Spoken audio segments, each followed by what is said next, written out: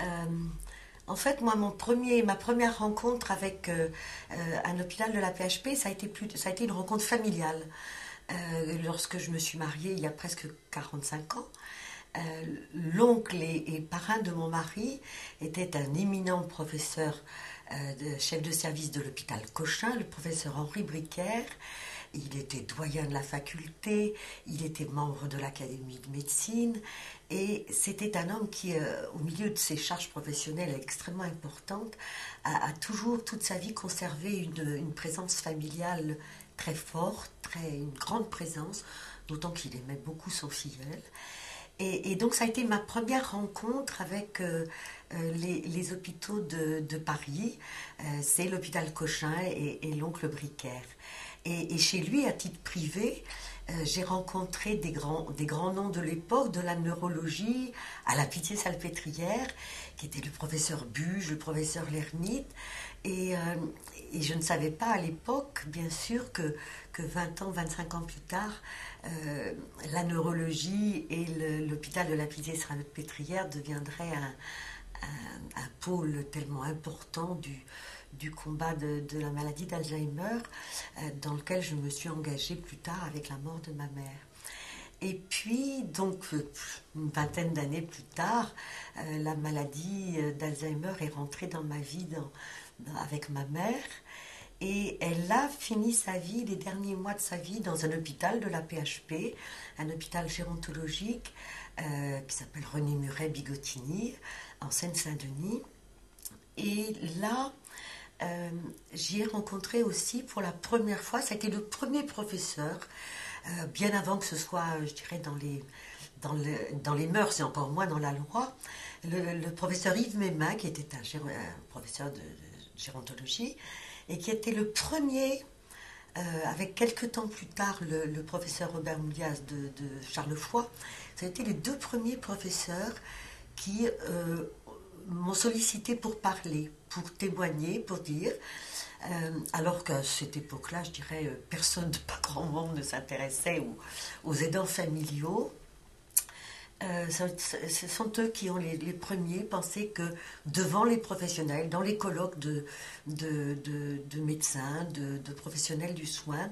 la parole des aidants familiaux devait être dite, et dite par un aidant familial et non pas dite par un professionnel qui parlait au nom d'eux. Et ensuite de ça, je crois que la personnalité probablement la plus frappante dans ce parcours de la maladie d'Alzheimer, enfin du bénévolat, de l'engagement auprès des familles et des malades, ça a été le professeur Françoise Forette de l'hôpital Broca, qui a été la personne qui a su et pu, la toute première, je dirais, intéresser l'œil des médias, et je pense en particulier à la télévision, la toute première qui a su faire passer un certain nombre de messages très forts sur les besoins des malades, sur les besoins de diagnostic, et toujours associé à une parole très forte sur le besoin des aidants familiaux. Elle a été la première qui a, je dirais, médiatiquement accédé à faire passer peu à peu dans le grand public un certain nombre de grands messages, de grands enjeux, et pour ça elle a eu une valeur extraordinaire pour nous, famille de malades. J'ai eu le grand plaisir plusieurs fois aussi d'intervenir à ses côtés. Ça a toujours été un grand honneur parce que c'est quelqu'un qui savait le faire avec des mots très vrais, très simples, compréhensibles par tous, et avec beaucoup de force et de puissance de conviction. Et puis est arrivée peu à peu, je dirais, une autre personnalité, peu de temps après aussi, qui a joué un rôle vraiment important, qui a été Madame Marie-Sophie de Saulle, qui était directeur de cet hôpital René Muret Bigottini, qui est devenue ensuite la directrice du pôle gérontologique au siège de la PHP. Et c'est elle qui a été le premier directeur d'hôpital avant que la loi sur la représentation des usagers, etc., arrive, qui m'a demandé pour la première fois, et j'ai été la seule pendant longtemps, à siéger à la commission de surveillance de l'hôpital René Muret, au titre de personne qualifiée, alors que ma seule qualification était d'être famille de malades et témoin des besoins et des attentes. C'est elle aussi qui, dans un cadre, je dirais, administratif, a été la toute première à dire, voilà, on ne peut pas délibérer, on ne peut pas réfléchir, on ne peut pas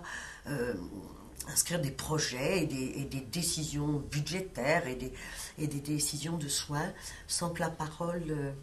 des usagers, bien avant que ce soit la loi. Et Madame de Saulles a joué là-dedans un très grand rôle. C'est les années quoi là? Alors ça, c'est, je dirais, Françoise Forette, le professeur Mémin, Moudias, Madame de Saulles, ça c'est les années 95, hein, à peu près. Je dis ça comme ça de mémoire, parce que quand c'est toujours un peu difficile d'avoir des certitudes de date, mais c'est à peu près ces années-là. Donc bien avant que ça devienne, je dirais presque un devoir incontournable que de parler des aidants familiaux et de leurs souffrances, comme maintenant, je veux dire, c'est un vocabulaire complètement normal, je dirais, qui est même dû, qui est incontournable. Donc ça a été des grands personnages qui m'ont, je dirais, accompagnée dans ce rôle d'être un témoin et à réfléchir avec les professionnels, à rechercher des réponses meilleures, des possibilités d'une meilleure façon de vivre et de vivre avec un malade Alzheimer, de mieux le soigner, de mieux l'accompagner, mais aussi de prendre conscience d'un tout qui était la famille autour, les proches, qui avaient ce rôle considérable dans la vie des malades. Et puis après ça, je dirais, on peut dire que dans les années suivantes, incontestablement, beaucoup de choses ont progressé. J'ai vu arriver les premiers DU de gérontologie spécifiques sur la maladie d'Alzheimer et dans lequel on m'a demandé d'intervenir. Le professeur Olivier Saint-Jean, qui a été un initiateur important de DU, le professeur Anne-Sophie Rigaud, qui a pris la suite de Françoise Forette à l'hôpital Broca, qui a aussi organisé des DU, voilà, et puis d'autres encore, le professeur Bellemin à l'hôpital Charlefoix. Ça, ce sont des personnes, des professeurs qui avaient cette certitude qu'on ne pouvait pas parler de cette maladie en excluant la place, le rôle, les besoins, les attentes, les souffrances des aidants familiaux. Tout ça est monté en puissance avec des personnes de bonne volonté qui en avaient la certitude en eux-mêmes, hein, de par leur expérience, je dirais, concrète de terrain. Et puis, j'ai vu s'étendre cette demande, je dirais, au départ, je voudrais dire, c'était un petit peu, voilà, on m'entrouvrait la porte, on me disait que c'était quand même mieux si je disais quelque chose, mais c'est vrai qu'il ne fallait pas non plus prendre trop de place. Et puis, je dirais, les toutes dernières années, on est arrivé avec une prise de conscience, un progrès du regard posé par tous ces enjeux, avec maintenant plutôt des personnes qui sont demandeuses, c'est-à-dire des organismes, la PHP en particulier, le siège de la PHP me demande fréquemment de participer à des comités de pilotage sur un certain nombre de sujets autour de l'Alzheimer, que ce soit là dans le projet de la PHP pour les 5 années prochaines, les projets des ESSR, dans lesquels les ESSR gérontologiques ont un rôle très important dans la prise en charge de notre type de maladie, et puis mais maintenant, ou dans le comité de suivi du plan Alzheimer, etc. C'est-à-dire, maintenant, ce sont les organismes, je dirais, et qui sont devenus demandeurs d'une parole, d'une réflexion, d'un partage de compétences, d'un partage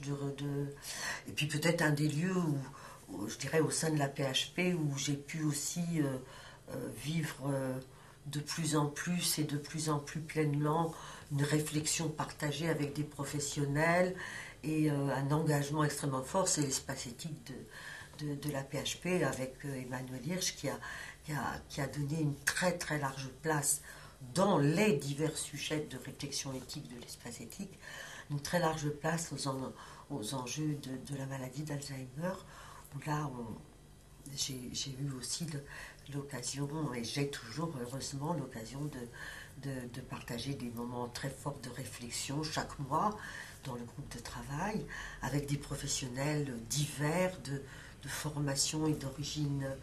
géographique différents, mais où on met vraiment sur la table ensemble nos questions, où il n'y a pas de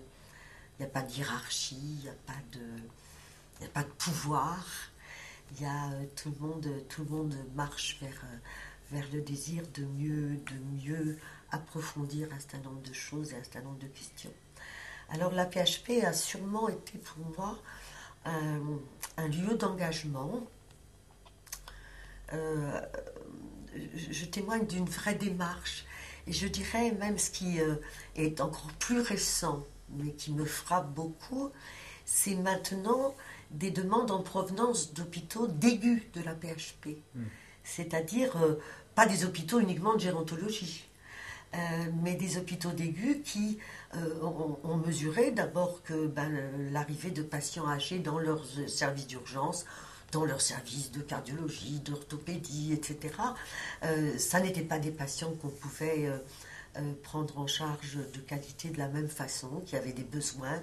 différents, et qu'ils avaient aussi besoin de moi pour mieux comprendre ces enjeux-là. Donc j'ai vu arriver récemment, je dirais, la montée en puissance de la curiosité des hôpitaux d'aigus, pas tous, hein, mais un bon nombre d'hôpitaux d'aigus qui ressentent aussi eux-mêmes, dans leur démarche de qualité de soins, dans leur démarche de progression, le besoin de mieux comprendre ce que sont ces étranges malades Alzheimer qui désorientent tant les médecins des hôpitaux ou les services d'urgence, et puis de mieux les comprendre pour mieux répondre. Donc je ne peux que témoigner de regards de plus en plus affinés, de questionnements de plus en plus partagés. Alors justement,